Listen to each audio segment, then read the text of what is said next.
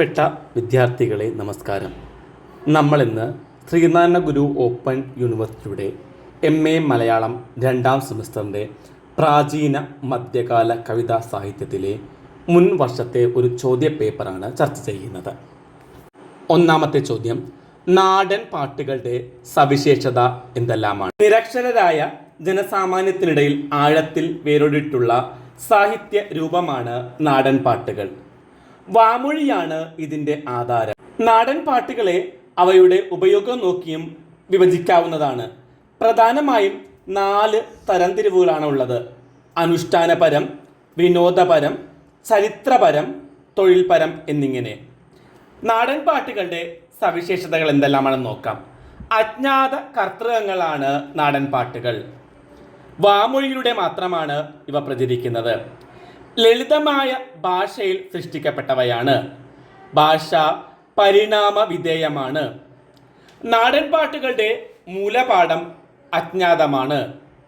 ആവർത്തിച്ചു വരുന്ന വരികളും വായ്ത്താരികളും ഉണ്ടായിരിക്കും. പ്രാദേശിക ഭാഷാഭേദങ്ങൾ ഉണ്ടായിരിക്കും. ഒരു കൂട്ടായ്മയുടെ ഭാഗമായിട്ടായിരിക്കും സൃഷ്ടിക്കപ്പെടുന്നത്. കവിയും പാട്ടുകാരനും ഒരാൾ തന്നെയോ ഒരു കൂട്ടം ആളുകളോ ആകുന്നു. മലയാളിയുടെ തനിമയും ലാളിത്യവും സൗന്ദര്യവും പ്രാദേശിക ഭേദങ്ങളും വ്യക്തമായി കാണാൻ കഴിയുന്നതുകൊണ്ട് അവയെ സാംസ്കാരിക കലവറ എന്ന് വിശേഷിപ്പിക്കാം. ഉള്ളൂർ 6 വിഭാഗങ്ങളായിട്ടാണ് നാടൻ പാട്ടുകളെ തരംതിരിച്ചിരിക്കുന്നത്. അപ്പൻ തമ്പുരാൻ 12 വിഭാഗങ്ങളായി നാടൻ പാട്ടുകളെ വിഭജിച്ചിരിക്കുന്നു. അടുത്ത ചോദ്യം, കഥാഗാനങ്ങൾ എന്നാൽ എന്ത്? നാടൻ പാട്ടുകളിലെ ഒരു പ്രധാന വിഭാഗമാണ് കഥാഗാനങ്ങൾ. ഒരു പ്രധാന കഥ ഉൾക്കൊള്ളുന്ന പാട്ടുകളാണിവ. കഥാഗാനങ്ങളെ 2ആയി തിരിക്കാവുന്നതാണ്: തെക്കൻ പാട്ടുകളെന്നും വടക്കൻ പാട്ടുകളെന്നും. തെക്കൻ തിരുവിതാംകൂറിലുണ്ടായ പാട്ടുകളാണ് തെക്കൻ പാട്ടുകൾ. അവ പ്രധാനമായും ചരിത്ര കഥാഗാനങ്ങളാണ്. ഇരവിക്കുട്ടിപ്പിള്ള പോര്, ഉലകുട പെരുമാൾ പോര്, അഞ്ചുതമ്പുരാൻ പാട്ട്, കന്നഡിയൻ പോര് എന്നിവ പ്രധാനപ്പെട്ട തെക്കൻ പാട്ടുകളാണ്. തെക്കൻ പാട്ടുകളിൽ പ്രധാനമായും വില്ലടിച്ചാൻ പാട്ട് കലാരൂപം എന്ന നിലയിൽ പരിഗണിക്കപ്പെടുന്നു. വടക്കൻ പാട്ടുകൾ കേരളത്തിലെ നാടൻ പാട്ടുകളിൽ പ്രബലമായ ഒരു വിഭാഗമാണ് വടക്കൻ പാട്ടുകൾ. വടക്കേ മലബാറിൽ പണ്ടുകാലം മുതലേ ധീരരായ ആയോധന കലകളിൽ തൽപരരായ ഒരു ജനവിഭാഗമുണ്ടായിരുന്നു. അവരിൽ ധീരപുരുഷന്മാരും വനിതകളും ഉൾപ്പെട്ടിരുന്നു. അവിടുത്തെ സാംസ്കാരിക പരിസരത്ത് ആയോധനവുമായി ബന്ധപ്പെട്ട ജീവിതം നയിച്ചിരുന്ന ഒരു ജനവിഭാഗമുണ്ടായിരുന്നു.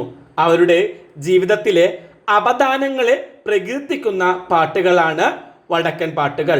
വടക്കൻ പാട്ടുകളെ പുത്തൂരൻ പാട്ടുകളെന്നും തച്ചോളി പാട്ടുകളെന്നും 2ആയി തിരിക്കാവുന്നതാണ്. ഒരു കാലഘട്ടത്തിലെ ഫ്യൂഡൽ സാമൂഹിക വ്യവസ്ഥിതിയുടെ ചരിത്രമാണ് ഈ പാട്ടുകൾ. അടുത്ത ചോദ്യം, പാലാട്ട് കോമനിലൂടെ വ്യക്തമാകുന്ന സാമൂഹിക വ്യവസ്ഥ എന്ത്? വടക്കൻ പാട്ടുകളിലെ പ്രധാനപ്പെട്ട ഒരു കഥാനായകനാണ് പാലാട്ട് കോമൻ. ഇതര വടക്കൻ പാട്ടുകളിൽ നിന്ന് വ്യത്യസ്തമായി ശൃംഗാരവും വീരവും ഒരുപോലെ കടന്നുവരുന്ന ഒരു പാട്ടാണിത്. കോമപ്പന്റെ പ്രണയവും വീരകൃത്യങ്ങളും സമ്മേളിച്ചു വരുന്നതിനാൽ ഏറെ ആസ്വാദ്യകരമാണ് ഈ പാട്ട്.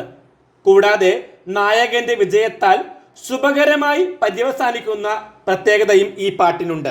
കപ്പുള്ളി പാലാട്ടെ കുങ്കിയമ്മയുടെ മകനാണ് കോമപ്പൻ. കൂടാതെ ഒതേനന്റെ അനന്തരവനുമാണ്. 90-ാം വീട്ടിലെ കുറുപ്പന്മാരും പാലാട്ടെ നായന്മാരും തമ്മിൽ വളരെ കാലം കുടിപ്പകയിലായിരുന്നു.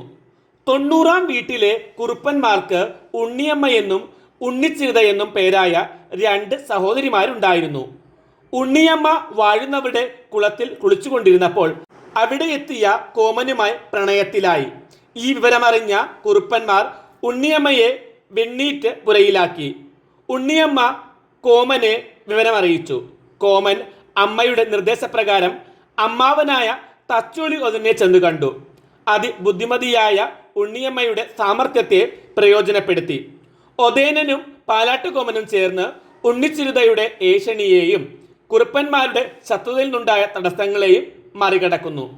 ഒതേനനെ കൊണ്ട് 42 കുടിപ്പിഴയും പറഞ്ഞു തീർത്ത് കോമപ്പൻ ഉണ്ണിയമ്മയെ വിവാഹം ചെയ്തു. ഇതാണ് പാലാട്ട് കോമൻ എന്ന നാടൻ പാട്ടിൻ്റെ ഇതിവൃത്തം.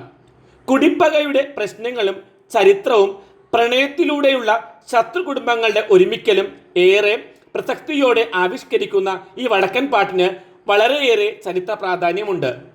അന്നത്തെ അംഗപ്പുറപ്പാടിനെക്കുറിച്ചും ആയുധങ്ങളെക്കുറിച്ചും അന്നത്തെ ഭക്ഷണക്രമങ്ങളെക്കുറിച്ചും ഈ പാട്ടിൽ പരാമർശമുണ്ട്.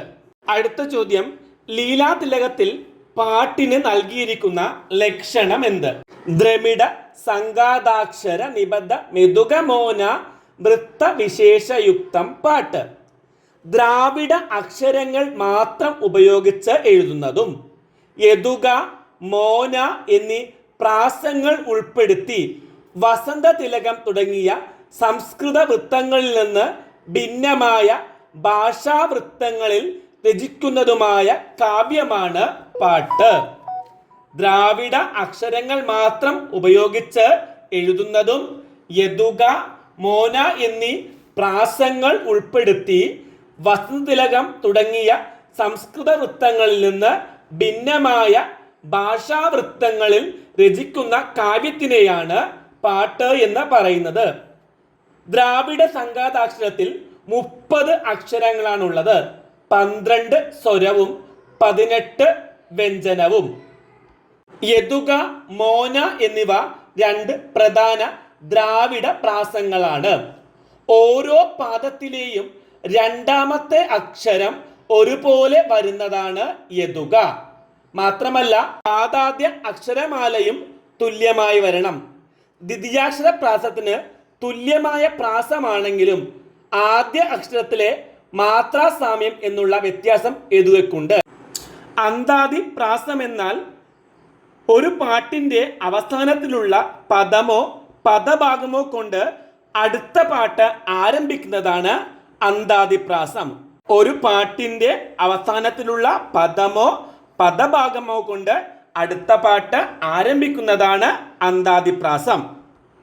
മോന എന്നാൽ പാദ അർദ്ധാദിപ്രാസമാണ്. ഒരു പാദത്തെ രണ്ടായി ഭാഗിക്കുമ്പോൾ ആദ്യ ഭാഗത്തിലെ ആദ്യ അക്ഷരവും രണ്ടാം ഭാഗത്തിലെ ആദ്യ അക്ഷരവും തുല്യമായി വരുന്നതാണ് മോന. അടുത്ത ചോദ്യം, രാമചരിതത്തിലെ ഭാഷ. പാട്ട് പ്രസ്ഥാനത്തിൽ രചിക്കപ്പെട്ട രാമചരിതത്തിലെ ഭാഷയെക്കുറിച്ച് പണ്ഡിതന്മാരുടെ ഇടയിൽ വിവിധ അഭിപ്രായങ്ങളാണ് ഉള്ളത്. സംസ്കൃത അക്ഷരമാലയുടെ പ്രവേശനത്തിന് മുമ്പ് രചിക്കപ്പെട്ട ഒരു കൃതിയാണ് ഇതെന്നും ഭാഷയുടെ പ്രാക്തന രൂപത്തെയാണ് പ്രദർശിപ്പിക്കുന്നതെന്നും ഭാഷാ പണ്ഡിതനായ ഗുണ്ടട്ട് അഭിപ്രായപ്പെടുന്നു. ഒന്നുകൂടി നോക്കാം. സംസ്കൃത അക്ഷരമാലയുടെ പ്രവേശനത്തിന് മുമ്പ് രചിക്കപ്പെട്ട ഒരു കൃതി, അതുമാത്രമല്ല ഭാഷയുടെ പ്രാക്തനമായ രൂപത്തെ പ്രദർശിപ്പിക്കുന്ന കൃതി എന്നിങ്ങനെയാണ് ഗുണ്ടട്ട് അഭിപ്രായപ്പെട്ടിരിക്കുന്നത്. രാമചരിതത്തെ ഒരു കേരള ഭാഷാ കൃതിയാണെന്ന് അംഗീകരിക്കാത്തവരും ഉണ്ട്. രാമചരിതം അന്നത്തെ കേരള ഭാഷയുടെ സ്വഭാവം പ്രദർശിപ്പിക്കുന്നു എന്ന് കേരള പാണി അഭിപ്രായപ്പെടുന്നു. രാമചരിതം ഒരു മിശ്ര ഭാഷാ കൃതിയാണെന്നാണ് ഡോക്ടർ KM ജോർജും K ഗോദവർമ്മയും അഭിപ്രായപ്പെട്ടിട്ടുള്ളത്. രാമചരിതം മിശ്ര കൃതിയോ കൃത്രിമമോ അല്ല എന്നാണ് ഉള്ളൂർ അഭിപ്രായപ്പെട്ടിട്ടുള്ളത്. ഇതേ അഭിപ്രായം തന്നെയാണ് ഇളംകുളം കുഞ്ഞംപിള്ളക്കും ഉള്ളത്. സാമാന്യ ജനങ്ങളുടെ വരമൊഴിയുടെ സാഹിത്യ രൂപമാണ് രാമചരിതത്തിൽ കാണാൻ കഴിയുന്നത്. അടുത്ത ചോദ്യം, രാമചരിതം പാട്ട് 11 വ്യാഖ്യാനിക്കാനാണ്. പാർമന്നൻ തന്നുടു മൈഥിലിയുടെ ചരിതമേ. ദുഃഖിതനായ ഹനുമാൻ സീത ഇരിക്കുന്ന ഇടമറിഞ്ഞ് അടുത്തു ചെന്ന് സീതയുടെ മുടിയിൽ അണിഞ്ഞിരിക്കുന്ന ചൂടാമണി സ്വീകരിക്കുന്നതിന് മുൻപേ സീതാദേവിക്ക് അങ്കുലീയം നൽകി. അപ്പോൾ തന്നെ ഭൂമിയിൽ വീണ് നമസ്കരിച്ച് യാത്രയും ചൊല്ലി. സ്വഭാവ ഗുണവാനായ കപിവരൻ സമുദ്രം കടന്ന് അക്കരെ എത്തിച്ചേർന്നു. നന്മയുള്ള വാനരന്മാരാൽ ചുറ്റപ്പെട്ടു മാധുര്യമാർന്ന പൈമ്പാൽ മൊഴിയാൽ ശ്രീരാമനോട് സീതയുടെ വൃത്താന്തമെല്ലാം തൊഴുതു പറഞ്ഞു. ഹനുമാൻ ദൗത്യ നിർവഹണ കാര്യങ്ങൾ ശ്രീരാമനോട് വിവരിക്കുന്നതാണ് ഈ ചോദ്യഭാഗം. തുടർന്ന് സീതയെക്കുറിച്ച് പറയുന്നത് കേട്ട് കണ്ണീരൊഴുക്കുന്ന ശ്രീരാമനെയാണ് കവി അവതരിപ്പിക്കുന്നത്. അടുത്ത ചോദ്യം, തിരുനിഴൽ മാലയുടെ ചരിത്രപരമായ പ്രാധാന്യം എന്ത്? ലീലാതിലകത്തിൽ പാട്ടിന് നൽകുന്ന ലക്ഷണം പൂർണ്ണമായി യോജിക്കുന്ന ഒരു കൃതിയാണ് തിരുനിഴൽ മാല. ഗോവിന്ദൻ എന്ന കവിയാണ് തിരുനിഴൽ മാലയുടെ കർത്താവ്. ആറന്മുള ക്ഷേത്രത്തിലെ ശ്രീകൃഷ്ണന് മലയർ അർപ്പിക്കുന്ന ബലിയാണ് ഈ കൃതിയിലെ മുഖ്യ പ്രതിപാദ്യം. കേരളത്തിലെ പുരാതന വൈഷ്ണവ ക്ഷേത്രങ്ങളിൽ ഒന്നായ തിരുവാറന്മുള മലനാട്ടിലെ 13 പതികങ്ങളിൽ ഒന്നായിരുന്നു. ഈ കൃതിക്ക് 3 ഭാഗമാണുള്ളത്. ഒന്നാം ഭാഗത്തിൽ ദേവതാസ്തുതികളോടൊപ്പം ഭാരതഖണ്ഡം, കേരളോൽപ്പത്തി, ചിരരാജ്യം, 4 തളി, എൺമർ സാമന്തർ, 64 ഗ്രാമങ്ങൾ, ആറന്മുള ഗ്രാമം, ക്ഷേത്രം എന്നിവ വർണ്ണിക്കുന്നു. ആറന്മുള ക്ഷേത്രത്തിലെ ഊരാളർ ആരൊക്കെയാണ് എന്ന് തുടർന്ന് വിശദീകരിക്കുന്ന കേരളത്തിൻ്റെ പ്രകൃതി ഭംഗിയും ചരിത്ര പ്രത്യേകതകളും സാംസ്കാരിക പ്രാധാന്യവും ഈ ഭാഗത്ത് ആവിഷ്കൃതമാകുന്നുണ്ട്. ചരിത്ര സംഭവങ്ങളെയും ഐതിഹ്യങ്ങളെ സമ്യക്കായി ചേർത്തുകൊണ്ടുള്ള രചനാതന്ത്രമാണ് കവി ഇവിടെ സ്വീകരിച്ചിരിക്കുന്നത്.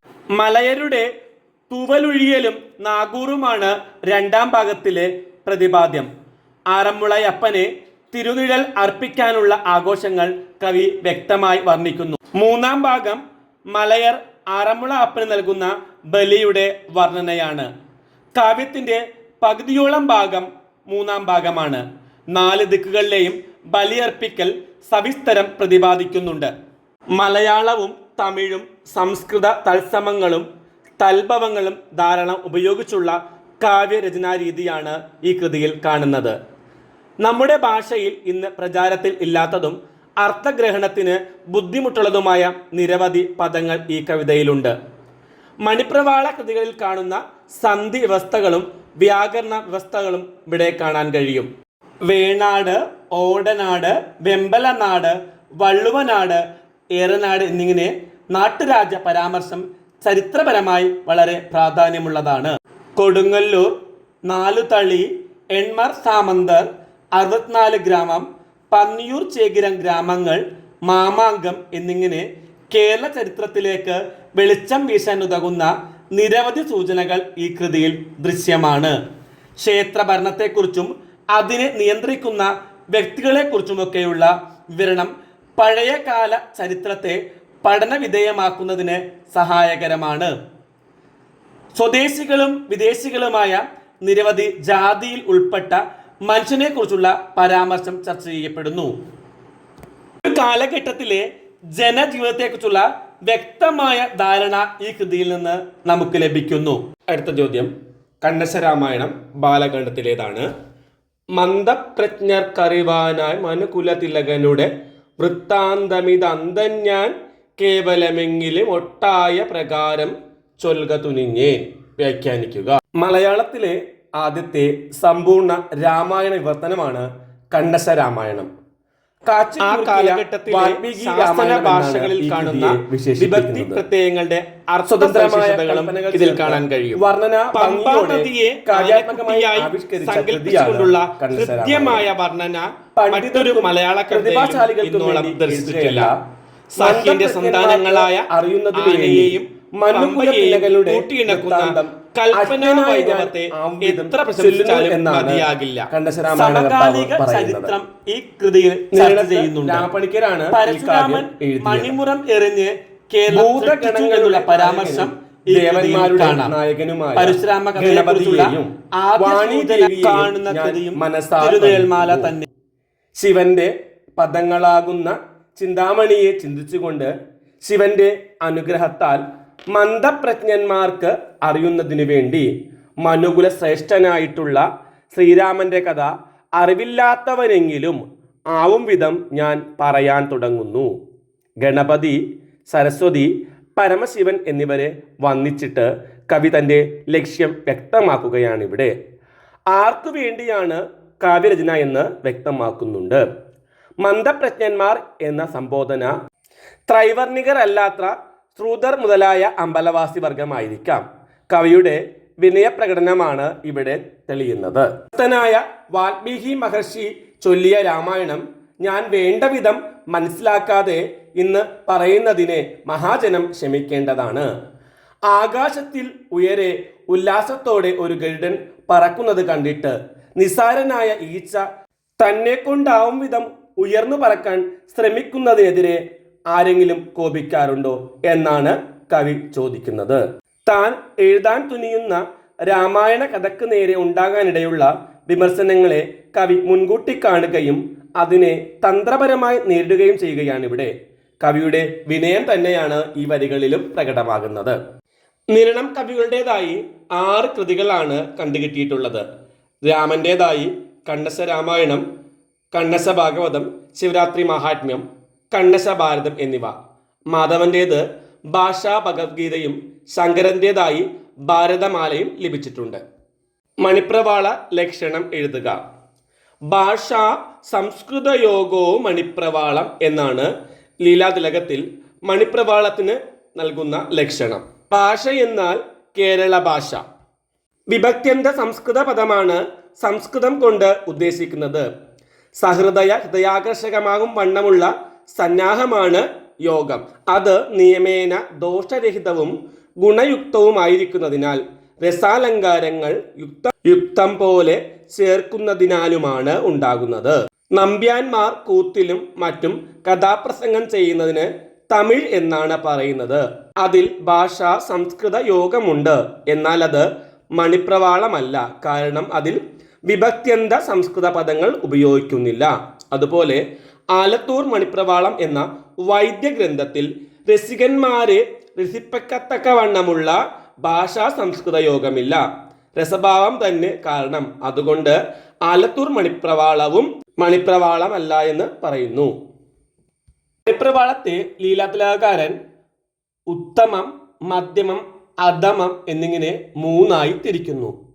ഈ 3ൽ ഉത്തമം, ഉത്തമകൽപ്പം, മധ്യമം, മധ്യമകൽപ്പം, അധമം എന്നിങ്ങനെ 5ആയും ഇതിനെ ഉത്തമം 1, ഉത്തമകൽപ്പം 4, മധ്യമം 1, മധ്യമകൽപ്പം 3, അധമം എന്നിങ്ങനെ 9ആയും തരംതിരിക്കുന്നുണ്ട്.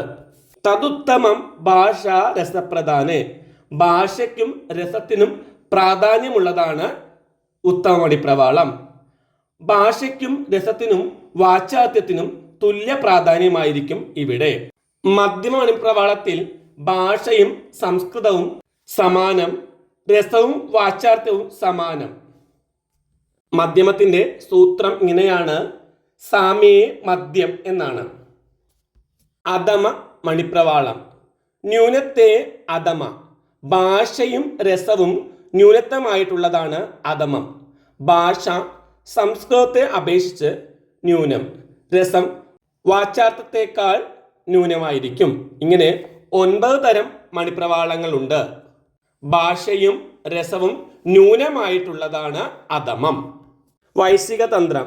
വേശ്യാവൃത്തിയുടെ പ്രാധാന്യവും അത് അഭ്യസിക്കേണ്ടതിൻ്റെ ആവശ്യകതയും അമ്മ മകളായ അനംഗസേനയെ വിളിച്ചു വരുത്തി ഉപദേശിക്കുന്നതാണ് വൈശിക തന്ത്രത്തിലെ പ്രധാന പ്രമേയം. അനംഗസേനയാണ് ഇതിലെ നായിക. ഇങ്ങനെ വേശ്യാതന്ത്രത്തിന്റെ മാർഗം ഉപദേശിച്ചു കൊടുക്കുന്നത് അമ്മാവിയാണെന്നും അതല്ല ഒരു മുത്തശ്ശിയാണെന്നും ചിലർ ധരിച്ചു വച്ചിട്ടുണ്ട്. എന്നാൽ അത് രണ്ടും ശരിയല്ല. അമ്മയാണ് ഉപദേശിക്കുന്നതെന്ന് കാവ്യത്തിൽ നിന്ന് തന്നെ വ്യക്തമാണ്. വൈശിക തന്ത്രത്തെ ഇളംകുളം കുഞ്ഞമ്പിള്ള മണിപ്രവാള കാവ്യമാലയിലെ മരതകമണി എന്നാണ് വിശേഷിപ്പിച്ചത്. കാവ്യഭംഗിയും മലയാള ഭാഷയുടെ മാധുര്യവും ചേർന്നുണ്ടായ ഒരു മണിപ്രവാള കൃതിയാണിത്.